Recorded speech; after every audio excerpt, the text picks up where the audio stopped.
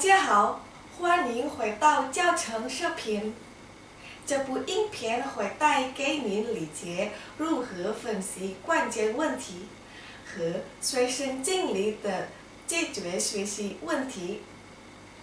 通过这个视频，您将被引导决定关键问题，正确而系统，祝您培训顺利。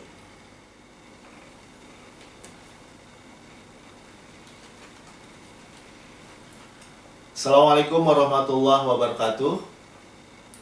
Salam sejahtera untuk kita semua, Ibu dan Bapak, peserta pelatihan penguatan kepala sekolah yang saya hormati. Bertemu kembali dalam video pembelajaran ini, dan kita akan membahas, kali ini kita akan membahas tentang bagaimana kelanjutan dari tugas yang Bapak Ibu sudah buat atau sudah kerjakan di dalam LK2. Dan Bapak Ibu sekalian sudah berdiskusi dengan saya, dan saya sudah memberikan saran-saran, arahan-arahan tentang bagaimana perumusan masalah utama yang Bapak sudah kerjakan di LK02. Namun Bapak Ibu sekalian, sebelum Bapak Ibu menyimak tayangan video ini, ada baiknya Bapak Ibu sekalian, kalau memang dirasa ingin ada yang Bapak Ibu catat, silakan dulu persiapkan dulu hal-hal yang akan Bapak Ibu gunakan untuk bisa mencatat, mencerna agar lebih mendalam, agar lebih komprehensif pemahaman Bapak Ibu sekalian. Baik Bapak Ibu sekalian, kalau saya melihat, saya mencermati tugas-tugas LK Bapak Ibu sekalian di LK yang kemarin di 02, rata-rata semua, hampir semua peserta atau bahkan seluruh peserta Bapak Ibu sekalian menuliskan masalah utama yang ada di sekolah Bapak Ibu sekalian itu adalah masa-masa saat pandemi ini, ya kan? Mulai dari siswa kurang termotivasi, lalu siswanya sulit memahami materi-materi yang diberikan secara online, lalu masalah belajar mereka berkaitan dengan tingkat keseriusan karena posisinya di rumah dan seterusnya. Nah, itu semua yang Bapak tuangkan itu adalah dalam masa pandemi. Nah, lalu bagaimana upaya penyelesaiannya atau bagaimana upaya mengatasinya untuk bisa menyelesaikan persoalan-persoalan yang Bapak Ibu sudah tulis di dalam masalah utama. Nah, pada kesempatan ini, dalam video ini, saya akan memberikan stimulus kepada Bapak Ibu sekalian, dan saya juga akan menyampaikan kepada Bapak Ibu sekalian bagaimana tahapan-tahapan agar Bapak Ibu sekalian betul-betul tepat antara masalah utama, lalu rumusan penyebabnya atau penyebab utama dari permasalahan tadi, lalu bagaimana cara mengatasinya. Nah, ini memang perlu pemikiran, ya, perlu pemikiran, dan bahkan saya menganggap bahwa ini adalah sebuah latihan untuk berpikir tingkat tinggi, gitu, atau HOTS yang biasa kita kenal. Begitu ya Bapak Ibu sekalian. Jadi ketika kita gagal menentukan masalah, atau ketika kita gagal menentukan apa penyebabnya, tentunya juga akan gagal bagaimana mengatasinya, dan akhirnya gagal mengatasi permasalahan atau menyelesaikan permasalahan. Baik, tahapan yang pertama Bapak Ibu sekalian, Bapak Ibu ketika merumuskan masalah utama itu senantiasa masalah utama yang Bapak Ibu tulis itu, tuangkan itu harus betul-betul konkret. Seperti apa kondisi siswa? Contoh, kalau misalnya Bapak Ibu menuangkan permasalahan siswa itu motivasi belajarnya rendah. Nah, kalau motivasi Bapak Ibu sudah mampu menuliskan atau Bapak Ibu menuliskan motivasi belajar rendah itu, ciri-ciri motivasi belajar rendah seperti apa sih? Atau yang paling gampang, Bapak Ibu sekalian bisa melihat anak-anak kita itu kondisinya seperti apa. Kita menganggap mereka motivasinya rendah, seperti apa tanda-tandanya atau perilaku yang ditunjukkan kepada mereka. Yang mereka tunjukkan di dalam proses pembelajaran seperti apa? Motivasi rendah. Contoh misalnya, Bapak Ibu menyatakan bahwa mereka motivasinya rendah terlihat dari tidak atau terlambatnya mereka mengerjakan tugas, ya, atau banyak tugas-tugas yang mereka tidak kerjakan. Satu. Lalu yang kedua, terlihat dari anak yang tidak termotivasi itu, contoh misalnya yang konkret, mereka terlalu pasif ketika belajar, atau sering datang terlambat di pembelajaran tatap muka dengan menggunakan media Zoom, atau mungkin seringkali juga tidak hadir dalam proses tatap muka itu. Nah, itu Bapak Ibu sekalian tentunya harus bisa merincikan secara konkret seperti apa perilaku mereka. Oke, itu yang pertama. Lalu yang kedua, Bapak Ibu sekalian, ini saya hanya mengilustrasikan saja. Belajar di era pandemi ini tentunya berbeda dengan belajar secara tatap muka dulu ketika kita belum adanya pandemi. Betul kan? Berbeda situasinya. Berbeda Bapak Ibu sekalian bagaimana memberikan treatment ke mereka. Nah, kita sudah tahu itu bahwa situasinya, kondisinya berbeda. Pertanyaan saya kepada Bapak Ibu sekalian, kalau situasinya berbeda, suasana belajarnya berbeda, yang dulu ketemu langsung secara fisik, sekarang tidak bisa bertemu, sudah bertolak belakang situasinya. Tapi pertanyaan saya, kenapa cara belajarnya sama? Sama dalam artian Bapak Ibu masih menggunakan metode ceramah di sana. Banyak menggunakan metode ceramah, satu misalnya. Lalu yang kedua, Bapak Ibu mengharapkan mereka menulis, lalu mencatat, lalu mengerjakan tugas-tugas di atas kertas seperti layaknya tatap muka pembelajaran di kelas, seperti pembelajaran tatap muka di kelas. Kalau cara-cara Bapak Ibu itu lakukan, itu pasti mereka akan bosan. Karena kita masih menerapkan cara-cara sama antara belajar tatap muka di kelas maupun belajar secara online atau belajar jarak jauh. Wong suasananya saja sudah berbeda. Bapak Ibu tidak mampu melihat situasi seperti apa kondisi di rumah. Kondusif atau tidak. Nah, itu kan harus Bapak Ibu cermati. Nah, Bapak Ibu, lalu pertanyaannya, terus bagaimana Pak Yuda mengenai hal ini yang Bapak bilang caranya harus berbeda?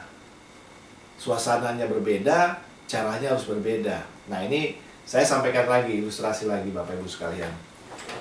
Kalau sebetulnya yang namanya belajar secara online gitu, dan kebetulan ini salah satu adalah bidang keahlian atau bidang materi atau kemampuan yang memang betul-betul saya geluti, yaitu salah satunya adalah belajar mandiri. Kebetulan background saya adalah teknologi pembelajaran.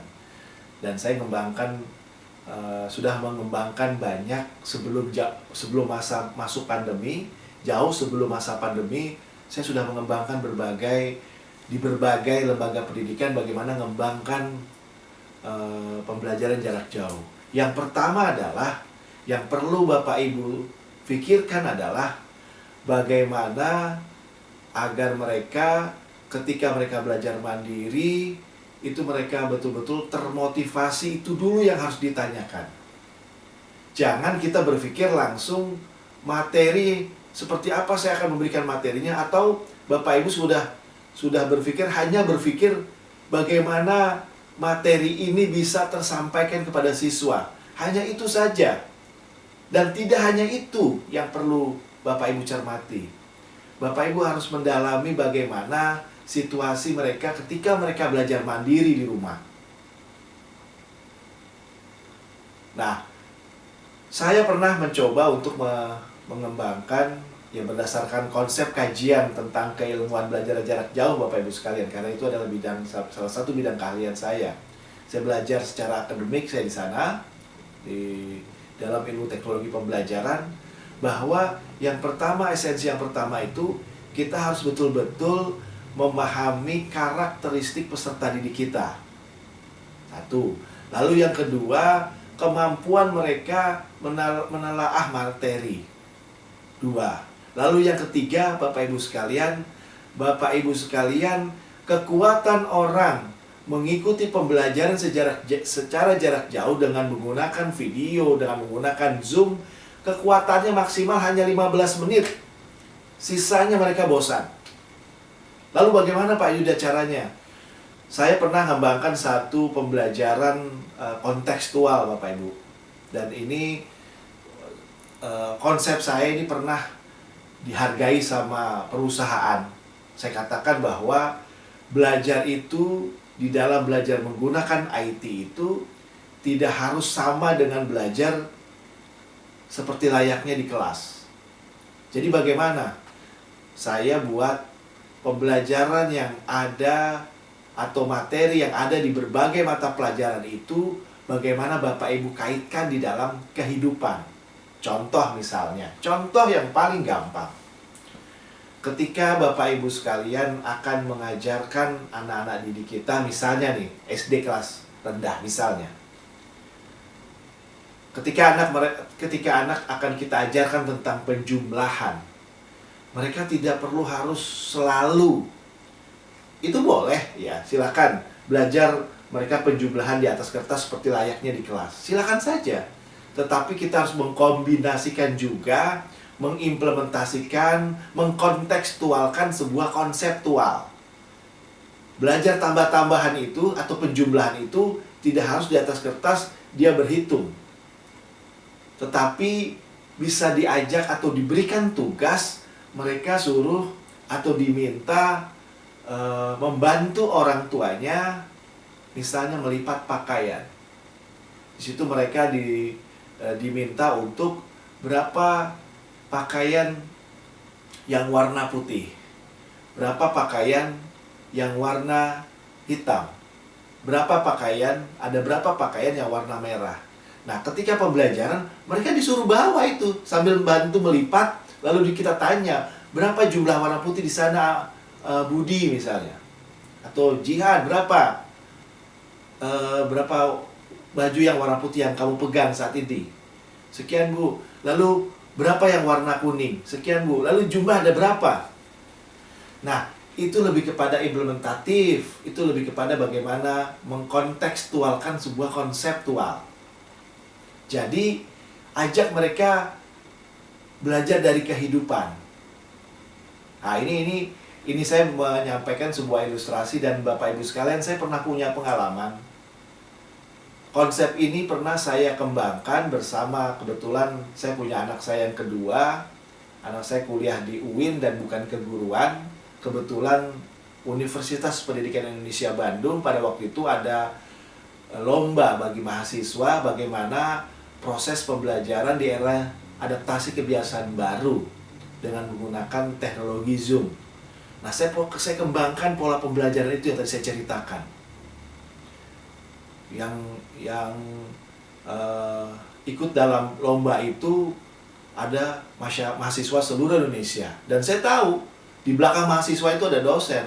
Ya, saya sampaikan kepada anak saya, "Nak, mau ikut lomba ini atau tidak?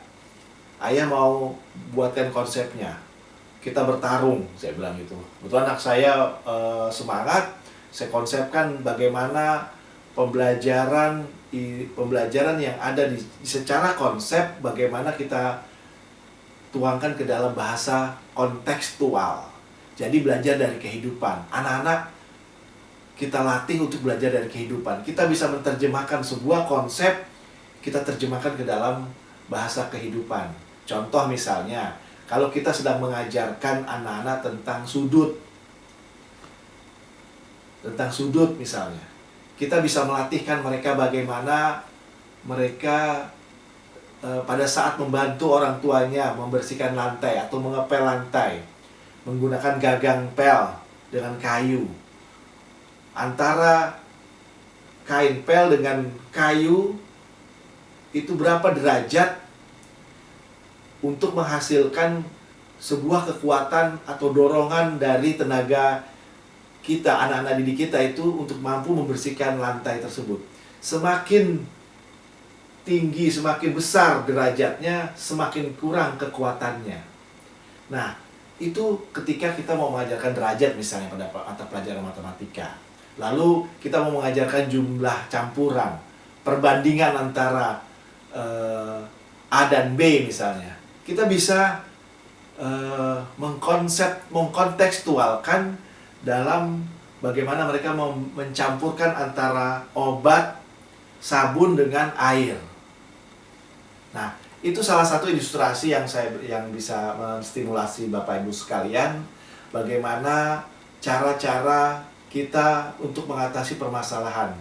Saya yakin Bapak Ibu sekalian, apa yang kita alami dengan menghadapi anak-anak yang belajar dari rumah sudah sangat bosan, sudah sangat jenuh begitu, dan gurunya pun kurang banyak variasi dalam pembelajaran. Nah, apa yang tadi sudah saya sampaikan secara konkret nanti akan saya tampilkan juga, akan saya share juga di grup link tentang bagaimana produksi video pembelajaran tentang bagaimana mengatasi masalah-masalah pembelajaran di era adaptasi kebiasaan baru yang pada waktu itu diikutkan lomba di UPI. Dan alhamdulillah konsep saya dihargai, anak saya mendapatkan predikat juara kedua se-Indonesia. Ternyata konsep saya itu dihargai betul oleh teman-teman dari UPI. Ini sebuah ilustrasi Bapak Ibu sekalian, ya, sebuah ilustrasi. Saya tidak menyampaikan secara runtut atau secara tahapan-tahapan detail, tapi paling tidak kunci-kunci atau kata kunci dari sebuah bagaimana mengatasi persoalan-persoalan itu di dalam era pembelajaran adaptasi baru ini. Kita tidak boleh sama seperti layaknya kita ketemu dengan mereka di kelas. Barangkali itu dulu Bapak Ibu sekalian sebagai pemantik ya, sebagai stimulus bagi Bapak Ibu sekalian bagaimana mengatasi persoalan-persoalan yang Bapak Ibu hadapi. Nanti kita akan bicara banyak, kita akan diskusikan panjang lebar ketika besok hari Rabu insya Allah kita akan ketemu melalui Zoom. Barangkali itu saja Bapak Ibu sekalian. Terima kasih segala perhatian, mohon perbanyak maaf, sukses mulia untuk Bapak Ibu sekalian. Wabillahi taufiq wal hidayah. Wassalamualaikum warahmatullahi wabarakatuh.